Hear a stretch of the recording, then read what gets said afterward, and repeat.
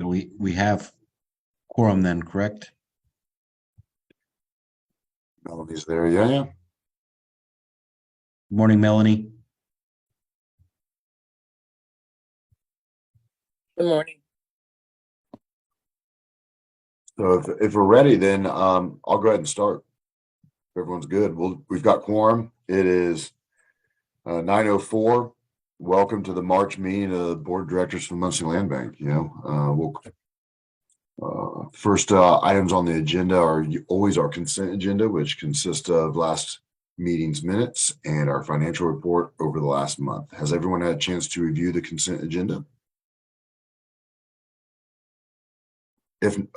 All right, well, I'd be willing to entertain a motion to amend the minutes or approve the consent agenda as presented.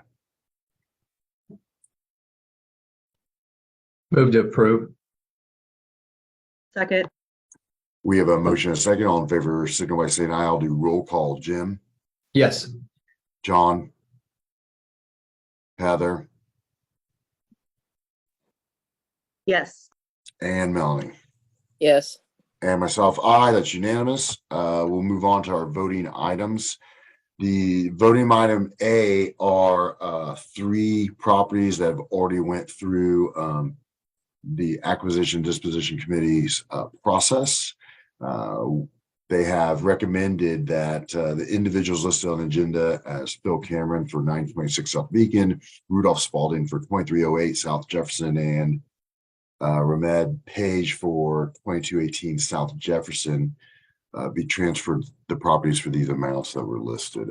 If there are any questions, I'll let Joe and or Nate answer those questions, but that's kind of the gist for item A. The bid packets are in the same folder as our agenda on the box, if you were wondering. Yeah. If you haven't had a chance. And this was a round that we had a bit of competition. I think we had a dual bids on a property. And so it's nice to see some action in our auction. That rhymed.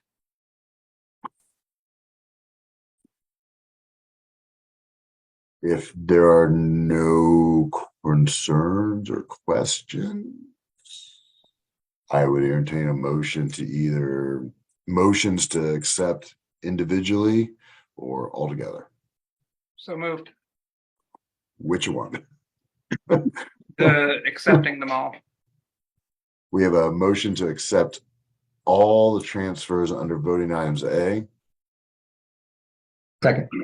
And a second, that is a motion to transfer 926 South Beacon to Phil Cameron for $3,500. A motion to transfer 2308 South Jefferson to Rudolph Spalding for $1,000 and 2218 South Jefferson to Ramon Page for $1,000. All in favor, signal by saying aye. Ooh, Aye. Yeah, we'll do that. John, aye. Aye.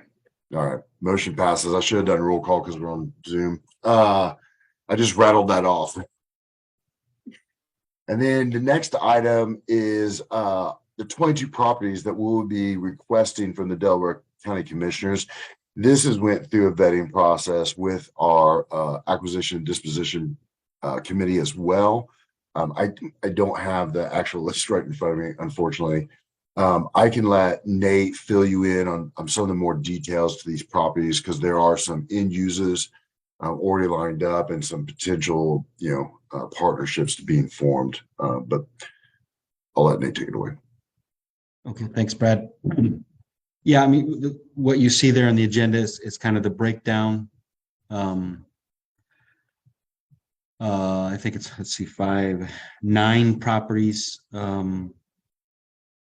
have been earmarked or indicated by different CDCs as of interest for possible future development. Again, the challenge is that CDCs don't have all the money and everything to be able to say, yes, we're going to start a new building project, but they've said we would be interested. They're in our area of intervention. We know the property. It's close to other developments. And so nine of those 22 are those kinds of properties. We have three where we have pass-through agreements. Most notably, the one structure is 509 West Adams. And that is going to be a pass-through agreement with Rebecca Hanna, who, she sent me like a 20-page packet a couple days ago of everything she plans to do with the house. And yeah, so that we really want to make a strong case for that one. And then we have another 10 properties. You can see there that we've talked about as for acquiring because of their somewhat more desirable location or because they're in a cluster. And those would be properties that we could try to find a adjacent owner right off the bat to take it on, but they also could be properties that we hold and try to build up our inventory some so that if in the future, it allows us to be a part of conversations that might arise about different development projects. So I don't know if there are any questions. Again, yeah, the list is in the folder. Joe, you're welcome to jump in if you have anything, or Brad, you know a lot about this. I do want to make clear, so like the the 3 properties that were discussed, they have passed PTAs in place. But the 9 are considered earmarked without PTAs because of the unguaranteed funding by CDCs, right? Yeah. Basically, they're just not Yeah. comfortable in signing the PTAs, my guess. Yeah, and I haven't really asked them to. Okay. We meet often as part of the housing action team, a lot of these organizations, and we're constantly talking, and they see us as the mechanism to be able to start grabbing properties in their geographical area of interest. And unless there is concern about concern from the board that we start doing that, I think that's a role that we need to do. No, I think that's fine. I was trying to look up the PTA because my question was what kind of injury is caused if they don't fulfill the PTA. So that, and maybe, just because I don't have it in front of me, that if there's something in the language that they would not be comfortable with, or maybe you're not comfortable with this lack of guaranteed funding for these properties or projects, that maybe we could, the executive committee could revisit the PTA to see what that language looks like, and maybe give the board an option to enforce or not enforce. You're talking about those 9 properties that are. Yes, that are earmarked. Yeah. Yeah. Just in case. I'm just thinking about like running things a little bit the same and treating folks as fairly and equitably as possible throughout. Mm-hmm. But other than that, I think the 9 properties look great. And I think we should definitely be involved in housing action teams and working to pipeline properties to all kinds of folks.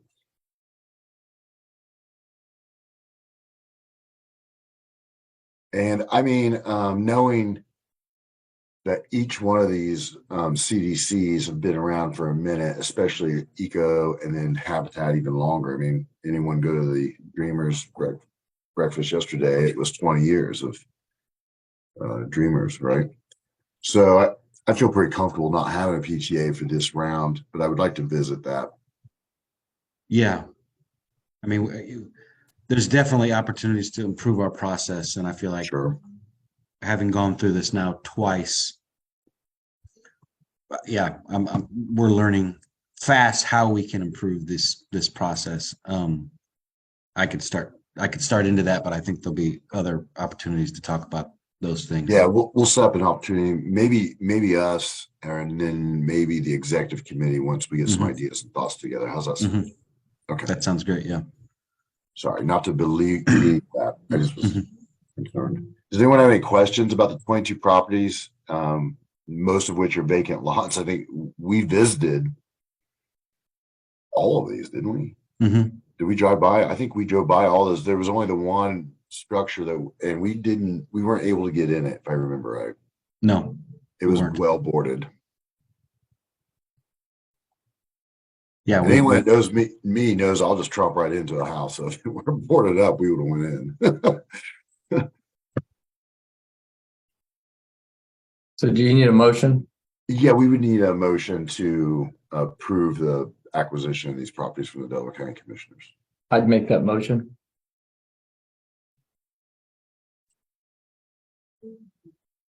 Second.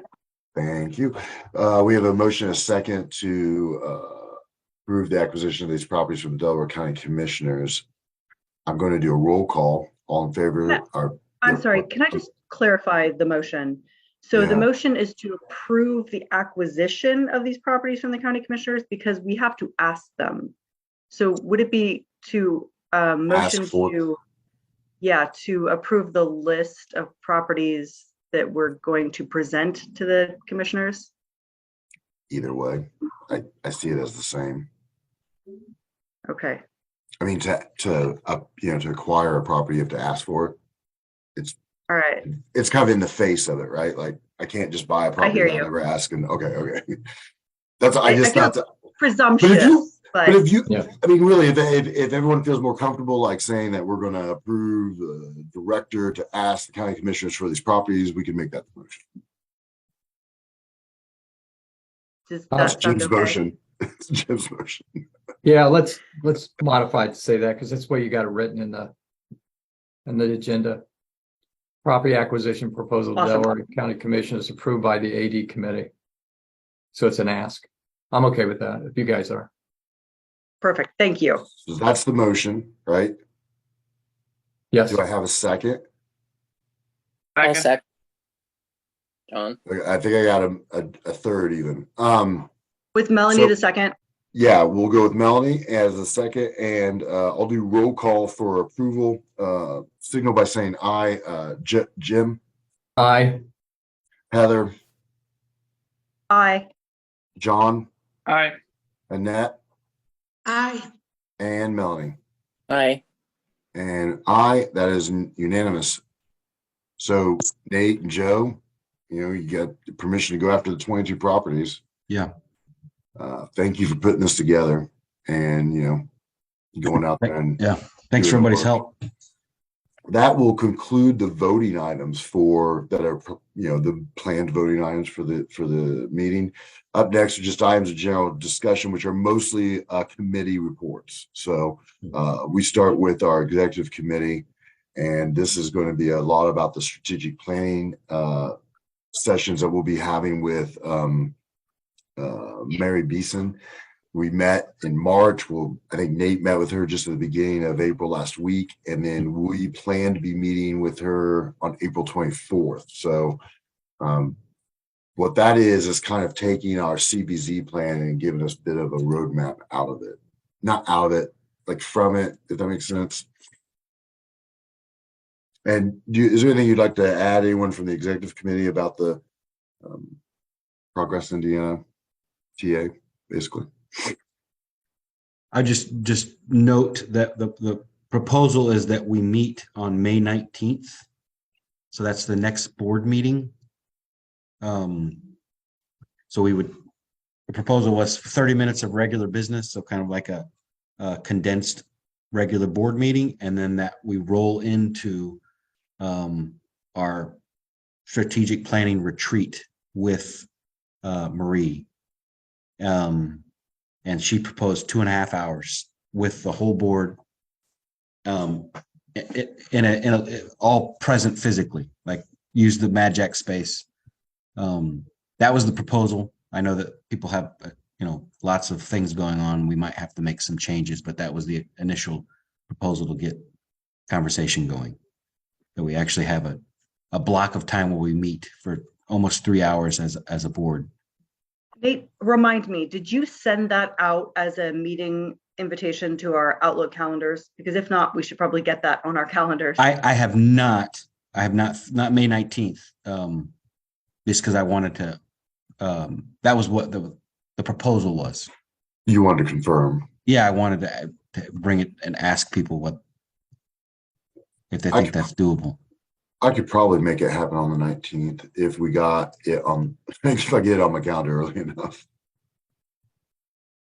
If everyone else is, or even the majority, looks like Jim's good with it.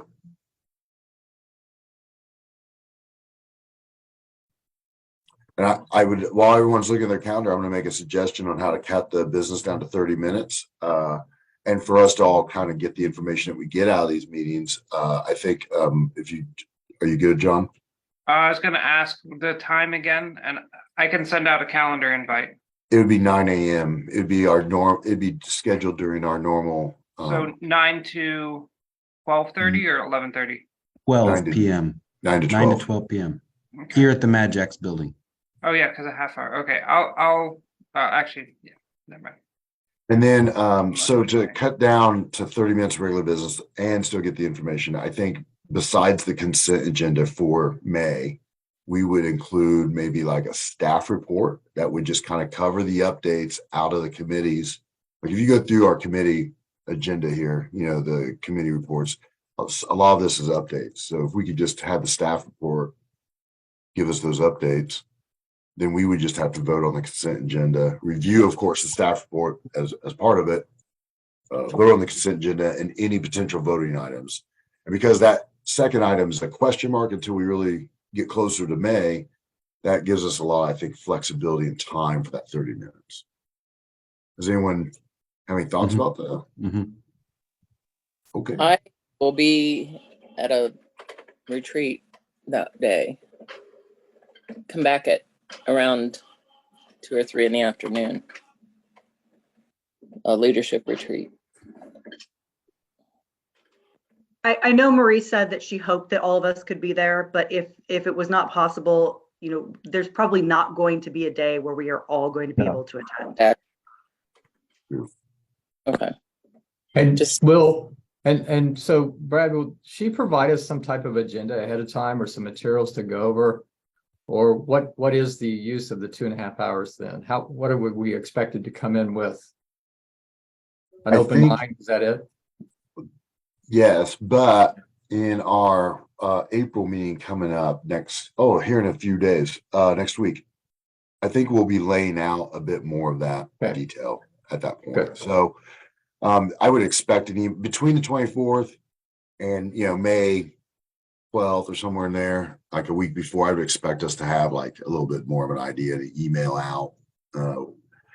Someone's going to send out a calendar invite, I think today. So we'll Yeah, have it on the I'll do that calendars. immediately Okay. after. And then we'll follow up with some materials, I think, if appropriate. Yeah, Marie's going to be coming down or coming up from Indianapolis, and I think she's, going to facilitate 2.5 hours and yes, there'll be some materials that she sends prior. She's pretty efficient. Are there any other questions or concerns about the update from the executive committee or the executive committee report? If not, then I'm just going to go on to our acquisition disposition committee. Obviously, we did some of the business that has come out of the acquisition disposition today, but it looks like we need to start thinking about this next basically year, how we're going to acquire properties that are in that 22 list as the deed sale is not going to be held. Is that correct, Nate? Yes, I've got news from the auditor saying that they're not going to have a deed sale this year. And the reason is because there's not enough abandoned houses to make it economically viable. And I've just been having a lot of conversations with different people, and that's been really helpful thinking about things more differently, creatively. And yeah, so we're investigating different ways of potentially acquiring houses. And I think one thing that we want to do is create kind of like I feel like I have been almost had blinders, it's a tax sale and that's all I'm looking at. It's not on the tax sale. I don't touch it. And I think we need to throw a broader net. And so we want to create a watch list and we want that to be something that's fed to us And so we're going to create a little Cognito form on our website and have people to be able to access that and just, there are a lot of people that are in neighborhoods that really know the neighborhoods and they're always, taking inventory of what's going on. And so start to create that watch list, use First Friday to kind of get input. And then learn about how to acquire houses outside of the tax sale, contacting owners. That's Just a the quick gist. comment Go ahead, on John. that.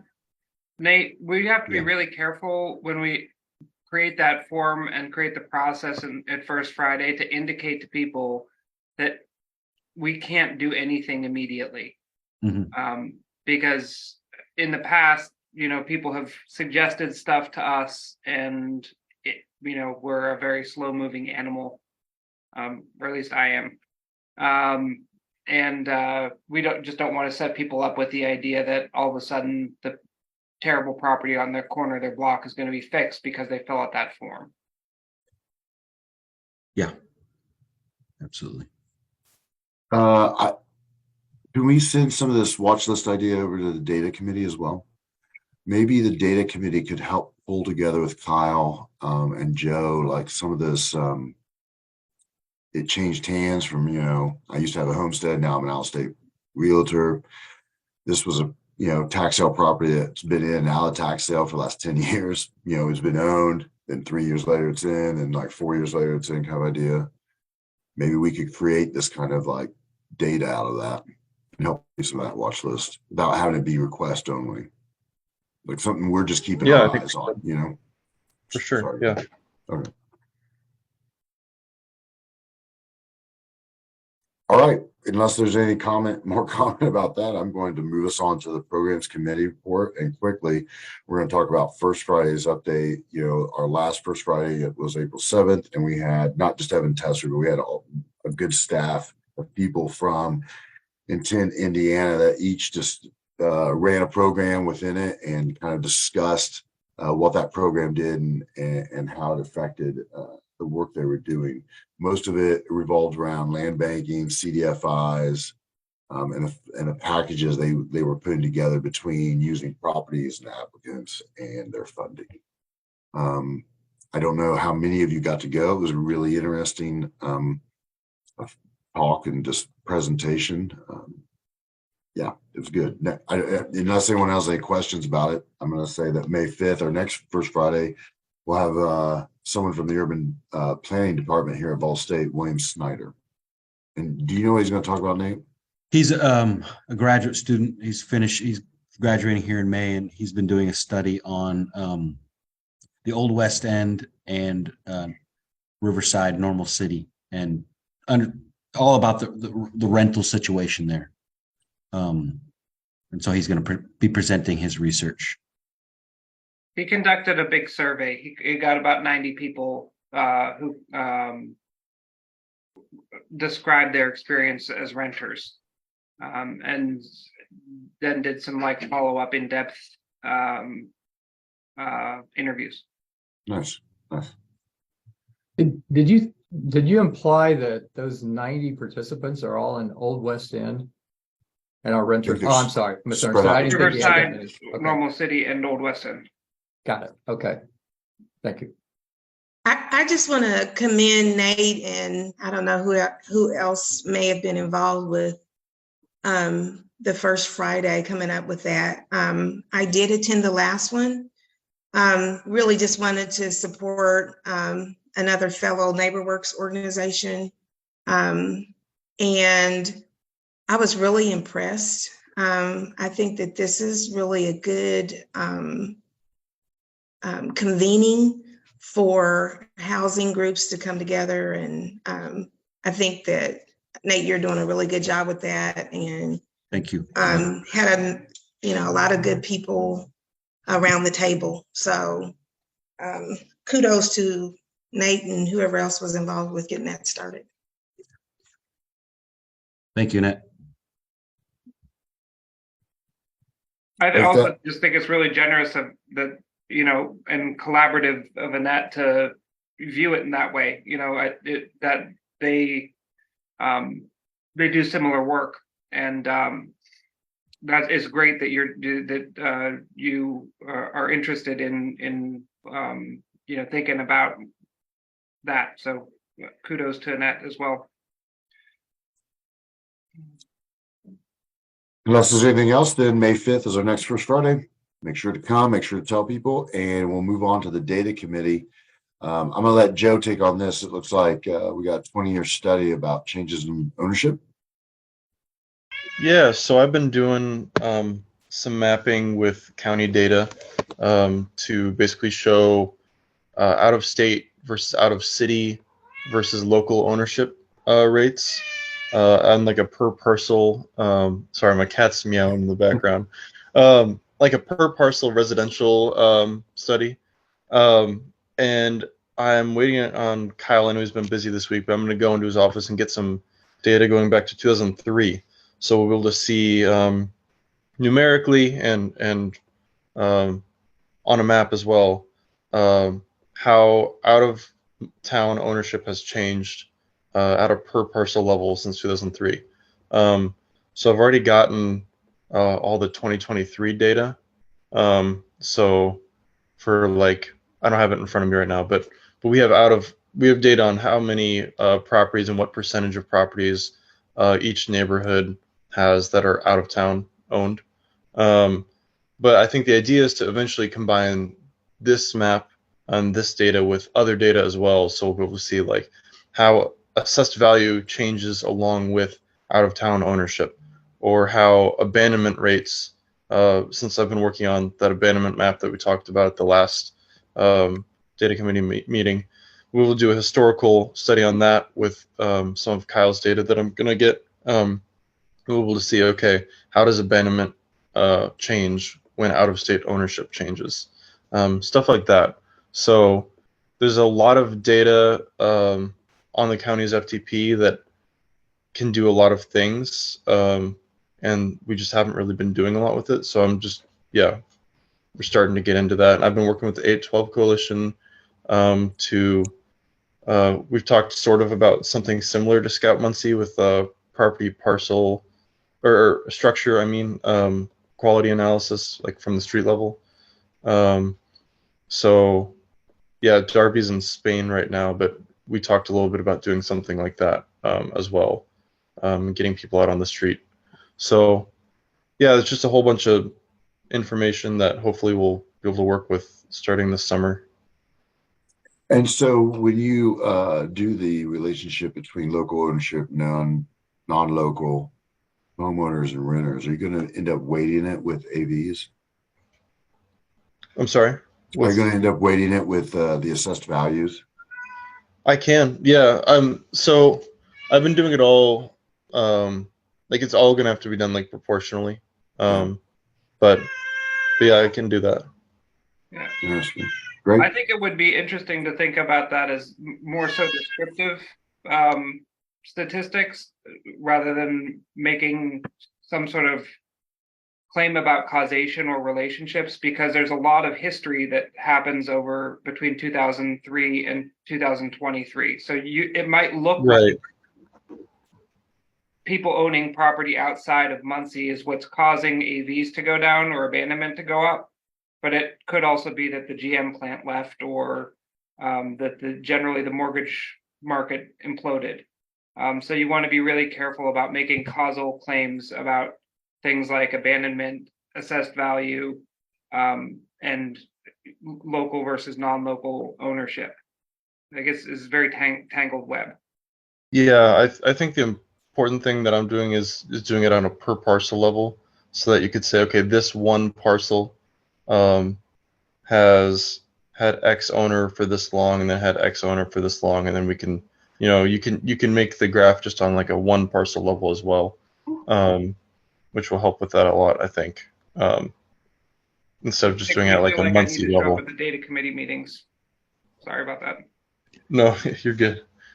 The other thing that comes to mind, the interesting thing about this tabulation is, if I've got this correctly, rental properties fall in that 2% cap versus owner occupied as 1%. It's interesting, although the values are going down, which is not good.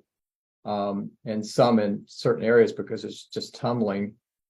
Are we seeing increased taxes being generated because they're in that 2%, even though the AV is going down? So, I That's a mean, great question. interesting conversation there. Yeah. Yeah, I mean, I think more than anything, it's just to get the information organized and then we can start to try to understand it. And I mean, right now we started out with this idea, we wanted a snapshot of what is Muncie right now? How many people own homes? How many people own homes that aren't, how many people own structures and that are renting them, those kinds of things, just to be able to talk more accurately about the situation. And we thought, well, if we could go back 20 years, we might be able to draw some conclusions. Yes, but be very obviously careful that there's all kinds of factors. With the 2%, 1% comparison talk, if you think about it, when a rental property, not a unit, but an entire rental property goes vacant or abandoned, it's twice the loss of a homeowner to the city, to the county, to the taxing units, right? That would be the case.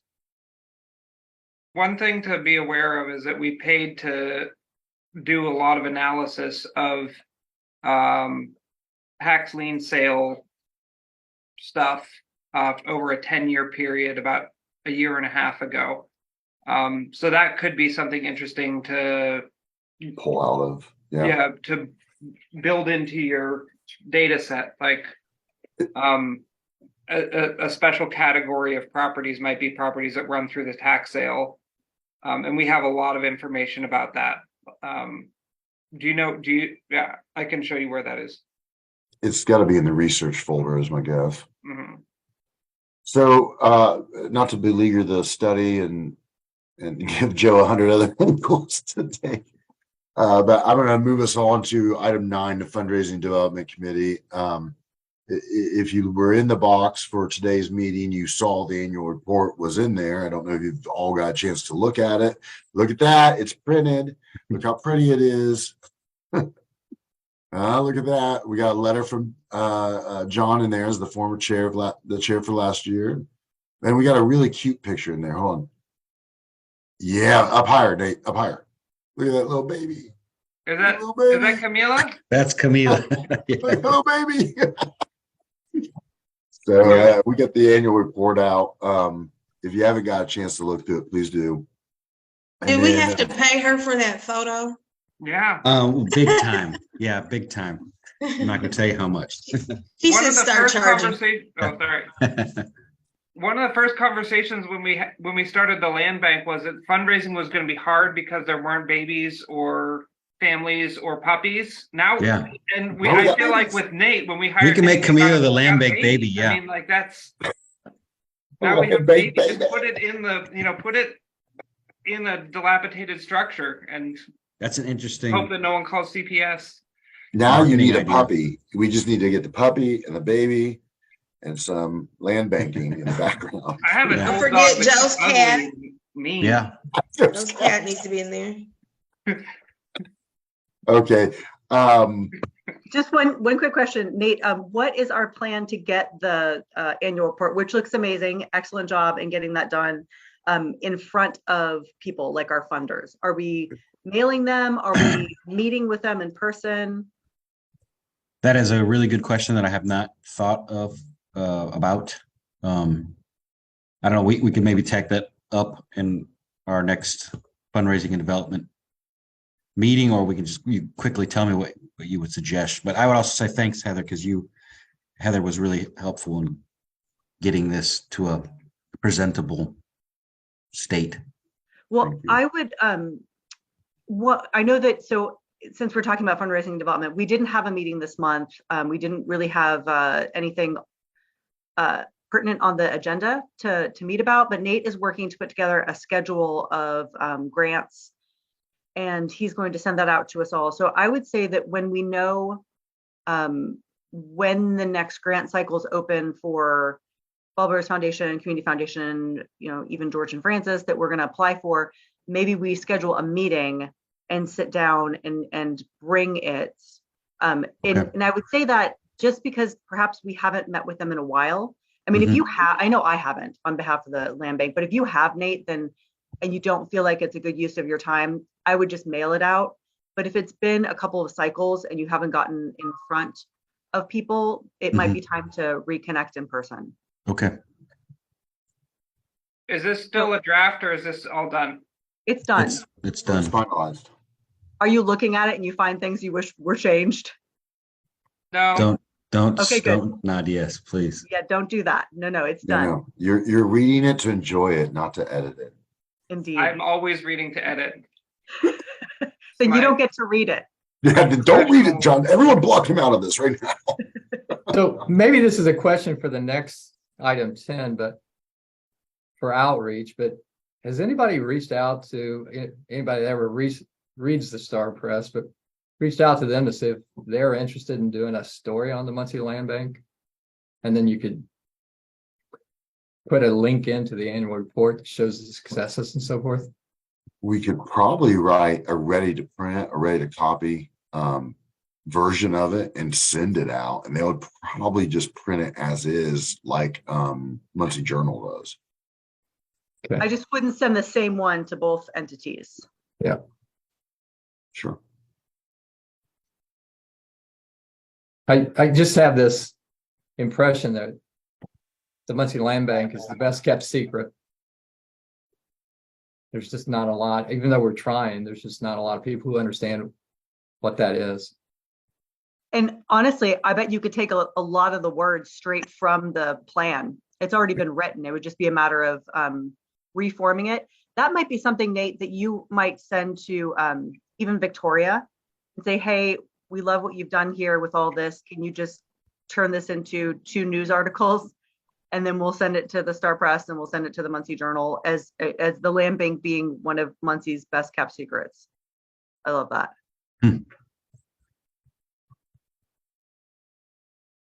With that, I'm going to quickly hit fundraising item B. We've obviously began the Vacant Property Leadership Institute process with them. Nate and I met with them yesterday, wasn't it? Yesterday at 3. Yeah. And just began the process of getting together what will be the city's kind of delegate team to learn and get these new strategies for dealing with vacant properties. The NLB Innovative Approach Award was rejected. I'll let Nate fill us in on that in a minute, but we also have had a matching campaign run on, I believe, social media from Matt Wayne Repairs and Renovations LLC. Yeah, How is that he's doing? Do we know? not very well. I mean, there's been, I think I saw that you were one of the donors. But he's going to donate $1,000 regardless of what Which is really nice. which is really great. Yeah. I mean, Maybe we could all go in as board members who have Facebook and share his That's fundraiser. probably a good idea. That's something we could, that would be super easy. Takes just a couple seconds. Yeah, that's a good idea, Heather. Sometimes things like that need to be reminded of all of us, I think, too. Thank you.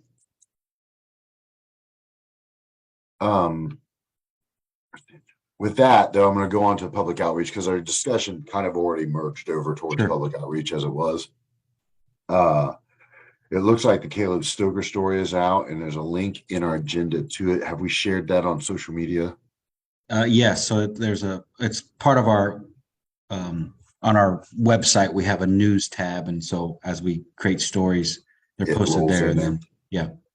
Fantastic. And then I think there's an April social media plan in the box, and that's what really is coming up. Am I right? Yeah, it's just if just again, this is how we're kind of running it. We create a monthly plan, and then Matt and Victoria work on things. It's always there, inbox. If anybody wants to see it, and if anybody has any suggestions for things that we could promote or stories or posts, they're always welcome. And then, unless there's any questions about public outreach, about the stories, about the social media plan that's in the box, or comments, I'm going to move along. Cool. Governance and governmental. Nate, I'm gonna let you give us an update on what's going on here. Yeah, just we're gonna have a meeting on Monday to talk about these issues. And that's the Governance and Governmental Relations Committee that's now merged. And then also I think Heather and Brad are going to join us for that conversation. That's really all. Let me add sorry, Okay. Brett, let me add a quick Okay. comment. Since I saw MRC, Mayor made this comment yesterday after the MRC meeting. Thank you to Nate.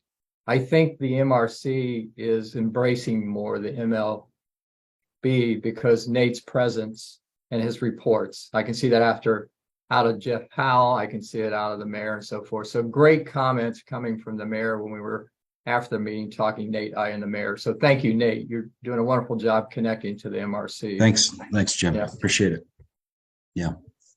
I know that the agenda kind of got changed. I was on it earlier this morning, so I know you had some edits to it.